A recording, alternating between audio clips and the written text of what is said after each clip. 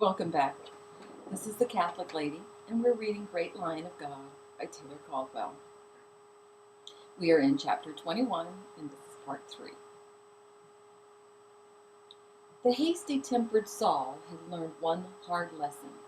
When another man, arguing with you, speaks objectively and with temperance and coolness, and also with dispassionate reason, you can then both define acceptable terms and frames of reference, and the argument can proceed without animosity or heat or disorder to mutual satisfaction and pleasure. But when a man argues solely from his inmost and emotional tempers, and is entangled like the Laocoon with his own passions from which he cannot extricate himself, you argue with him at your peril. For even if you lose the argument in a cauldron of steaming incoherences, your opponent will hate you forever afterwards. The scriptural father did not so resent the rape and seizure of his daughter, and the flight with her, as he did the theft of his household pieties, for he had not said, "You have taken away my gods." Take all from a man, and he will forgive you. Take from him his sentimentalities and his unreasonable convictions, and you have an enemy for life. Excuse me. Is that not so real and so true in our own lives? To call a man a rational being is to arouse the ironic laughter of heaven, thought Saul. So as he had a deep respect and love for Joseph of Arimathea, he curbed his usually acerbic tongue and made no comment on the Nazarene, the thought of whom made him more and more irritable. Joseph of Arimathea was a Pharisee. How, then, could he have smiled so fatuously on the Nazarene's attack on the Pharisees? What a fine example of irrationality! The journey to Caesarea was uneventful and pleasant, and Saul was careful to speak only of unimportant matters. He did not see Joseph's half-hidden smile, nor did he know that Joseph understood. Joseph said, "It is unfortunate that your ship will not take you directly to Tarsus, but will have to stop at one of the most easterly Greek islands. But the weather is fair, and the sea is soft and gentle at this time of the year, and you will rest." I never rest, thought Saul. Even in my sleep I never rest. But he forced a difficult smile in order to please his friend. Rabban Gamaliel had also recommended serenity and rest, and Saul had wondered at this, for the Rabban talked continually of the duty of man to live each day in the presence of God, and not to waste a precious hour or moment in wanton idleness or thoughtlessness. For did man not have the account for the hour and that moment? For did man not have to account for the hour and that moment? There were in Samaria, the province of those Jews who laughed at the Judeans and teased them on the holy days by lighting fires on their hills, so that the Judean priests would be deceived, and observing those fires would believe that the sun was rising. The Samaritans were light-hearted Jews who enjoyed the hard life in their stony hills and narrow little valleys, and sinned with gusto and airiness, and committed adultery with joy, and were hardly better than heathen or infidels. So when Joseph and Saul halted at a large inn at night, it was no surprise, though a vexation to Saul, to hear the sound of music and the stamp of dancing feet within, and much revelry. "It is not a crime before the face of God to laugh and dance and sing," said Joseph, whose few hairs were now white. "It is also a delight to gaze at the countenances of the young when they cavort like new lambs." Saul would not join Joseph in the common dining room where all this unseemly merriment was taking place. He begged that he be given goat's milk, cheese, some fruit, and bread in his own rooms over the inn. And Joseph gave him a sad look and nodded. but he substituted a bottle of fine wine for the goat's milk Saul had requested, and Saul smiled a little grimly. However, not to offend his friend, he drank the wine, and it refreshed and eased him. And as the cheese was excellent, and of different varieties, and well aged and plentiful, and the bread was white and soft, and the fruit fresh and full flavored, there was also a broiled fish. Saul found himself relishing his dinner. He loved solitude. He could reflect.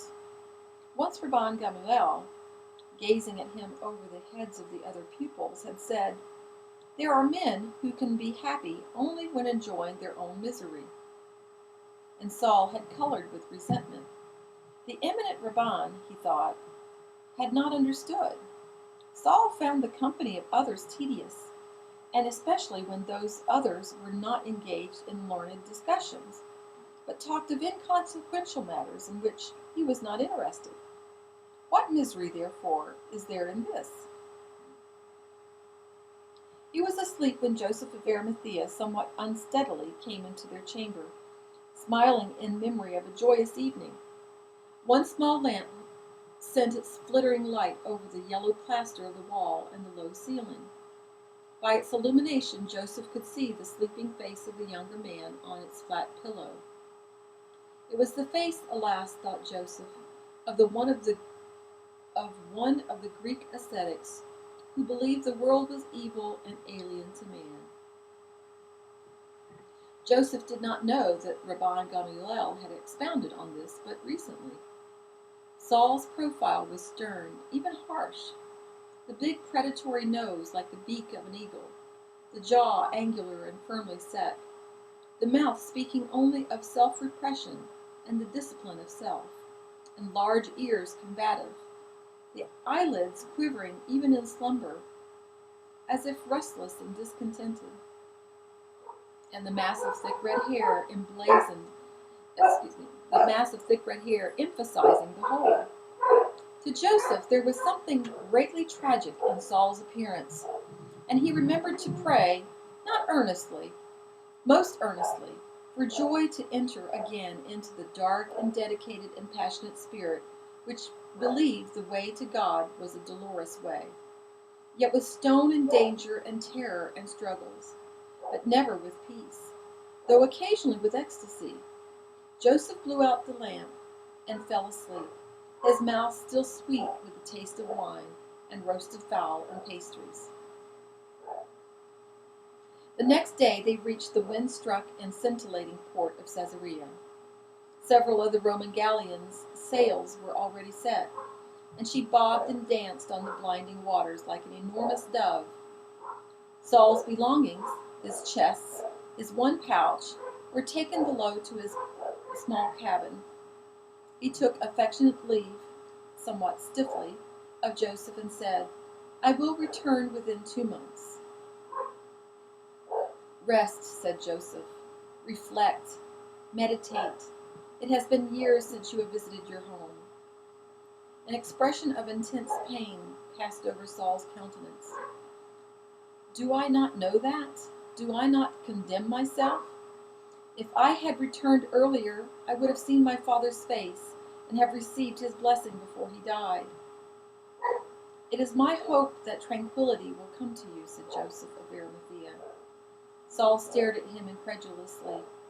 "I am always tranquil," he exclaimed. "What passions of this world disturb me?" "But that was not what I mean," thought Joseph, and he kissed Saul on the cheek like a father, his long oval face tender and melancholy, his large dark eyes liquid and soft. He stood on the dock for a long time thereafter, watching until the last high white sails sank below the blue and watery horizon.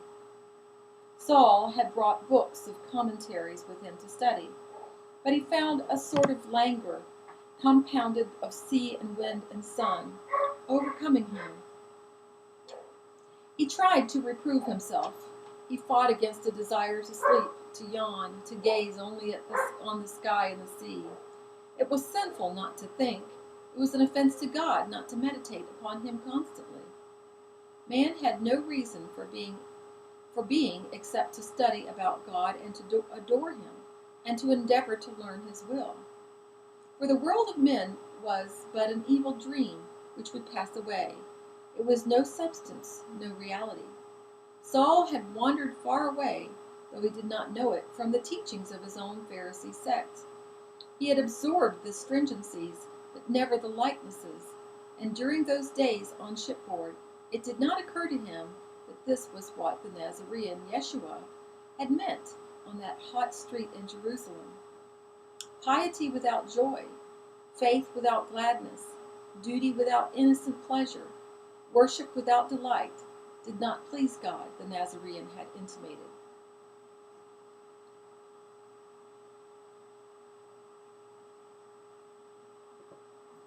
Despite his most formidable efforts, and they were indeed formidable, Saul found himself daily becoming more enervated, more languid.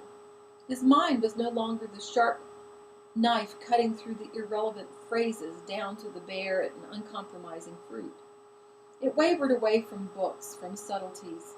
Saul was sometimes surprised to discover himself leaning over the ship's rail, staring down into the fascinating colors of the sea, the changeful colors which were people, and the turquoise and limpid blue, transformed at sunset into one endless plain of deep gold. Then the conflagration of the skies awed him. The terrible and silent manifestation of God made him quail. He could only mutter to himself, "When I gaze upon the heavens, the work of your fingers, what is man?"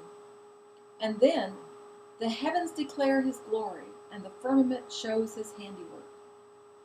Even Saul could not resist this majesty, and though only a little before, he would have reproached himself that by admiring the world he was forgetting God. "I wonder," he thought once, "if we have not overlooked many things concerning the Psalms of David, and have concentrated only on his cries of despair and piety." It was to him a blasphemous thought, and he tried to put it aside. The name of the small Greek island at which the ship stopped on its long and dreamlike journey escaped Saul, but it was of no consequence, and its port was rude and noisy. It had little cargo to be taken aboard except for crude statuettes destined for heathen houses in Tarsus. There was also but one passenger, who was surrounded on the dock by men and women who vehemently kissed his hands, his cloak, the hem of his garment, and even his feet, and called him divinity. Children raced about him, pausing to touch him and grin delightedly upon him. Baskets of fresh fruit were laid at his feet as offerings. He was a tall man, obviously a Greek, and of a slender but muscular appearance, and his light hair was mixed with gray, and he was a man at least of some 40 years. His garments were poor, his cloak patched, but his feet in rude sandals, and a big pouch lay near him.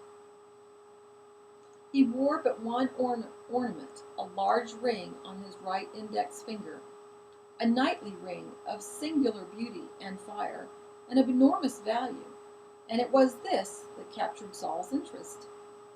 He looked at the Greek's face and saw its pale and sculptured planes and outlines, and its large and steadfast blues. The man had a stern yet gentle appearance. It was obvious that he was not pleased by the adulation poured upon him by these poor worshippers. Did they consider him a god? But he would not rebuke them, nor repulse them out of his kindness. He was a handsome man, yet in some way forbidding, and Saul noticed this with meager approval, and there was a somber level to his fair brows. "Apollo!" cried some of the people adoring him. Asclepius,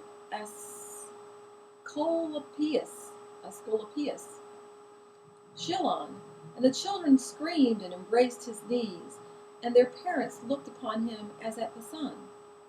Saul noticed, and he carried a staff with the two serpents of Mercury winding upwards upon it. And then he saw that the pouch was really the pouch of a physician. Saul felt some disgust. The man then had been born a slave and educated as a physician, and then freed by some benevolent master. Otherwise he would not be wandering about the sea islands in such wretched garb, and with liberty. Like most Greeks, he was probably also a mountebank. Then the thought came to Saul that mountebanks did not travel like this, in obvious poverty. There was also that knightly ring on his long index finger. A gift from some superstitious rich man? Or had it been stolen? Greek physicians, who had been born slaves, were not above thievery. Saul had not mingled with the other passengers on the ship, nor had he deigned to give even the Captain Gallo more than a curt word. He suddenly found Gallo standing beside him on the rail of the ship, and Gallo, a big, bluff man, was looking at the miserable Greek slave physician with a lighted countenance. "Yonder," he said, "is the famous physician Lucanus, adopted son of the greatly noble Roman, Diodorus Sirenus, whose name all Romans honor. For he was a man of the true Roman spirit and patriotism and pride, a tribune and the procurator of Syria, and a favorite soldier of Augustus Caesar. Alas, there are few left like Diodorus. Lucanus does his adoptive father's memory and honor, for he is celebrated among the great sea, and is a man of considerable fortune, and one cherished by Tiberius Caesar himself. He accepts no fees and no gifts. It is enough for him to minister to the poor. He will accept no rich patients except those abandoned by their own physicians as hopeless, and then he will demand that they give to help the wretched." Gallo smiled and shook his large cropped head. Saul's interest, reluctant though it was held. It was not like a Greek to reject money. "He wears a magnificent ring," he remarked. And the captain threw back his head and shoulders. "It is the ring his adoptive father, Diodorus Sirenus, bequeathed to him, and it is of the family." He hesitated and looked sideways at Saul, and then he coughed. "Once he was on this ship of which I am captain. It was feared that plague had broken out among the galley slaves. Many of their bodies were thrown overboard at midnight when the passengers were asleep." The captain coughed again. "We were flying the yellow flag. We were not permitted to land at the ports. Yet this Lucanus cured the sick and the dying of the plague in one night." "How?" demanded Saul, with some derision. "These wily Greeks. How? I do not know," said Gallo. "I myself laughed at the thought, and gaily reproached Lucanus for affirming that it was the plague. Plague is not cured in a few hours, and the victims restored to complete health.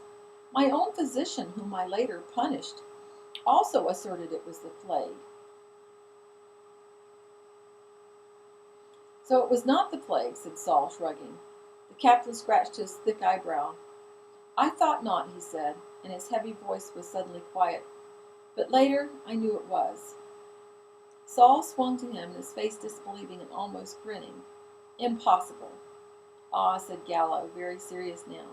"So it was said, impossible. But it was also true. I am not superstitious, and I do not believe in the gods, but Lucanus did, of a certainty, cure the dying and restored them to health in a twinkling. It is strange also that he too denied later that it was the plague, though he had asserted it was the plague in the beginning." "I see," said Saul. If a physician denies it was the plague, then it was not the plague." "But it was," said the Captain Gallo. "I saw some cases of the plague later, and I recognized them. They all died." Lucanus, the Greek physician, had finally disentangled himself from his adorers, and was coming aboard, carrying his staff and his pouch. Gallo went to greet him at once, and embraced him with fervor and respect and affection. He led Lucanus below to do him honor in his own quarters, with fine food and wine, and as they passed Saul at the rail, Lucanus gave him an absent smile and a faint nod. He had hardly seen Saul, nor was it evidence that, in truth, he had noticed him at all. The crowd on the dock had knelt to receive his blessing, before he went below. And he had given that blessing, Saul saw, with a faint frown of impatience and yet with love. When he had disappeared with the captain, the throng rose and threw kisses at the vessel, and flowers, and the baskets of the fruit were brought aboard, the only gift the people could bestow out of their poverty. Saul mused, a rich man who refused more riches, who would minister only to those who could not pay him. It was not like a Greek, nor like other men either. Men in the majority are not moved to live in mercy and for mercy.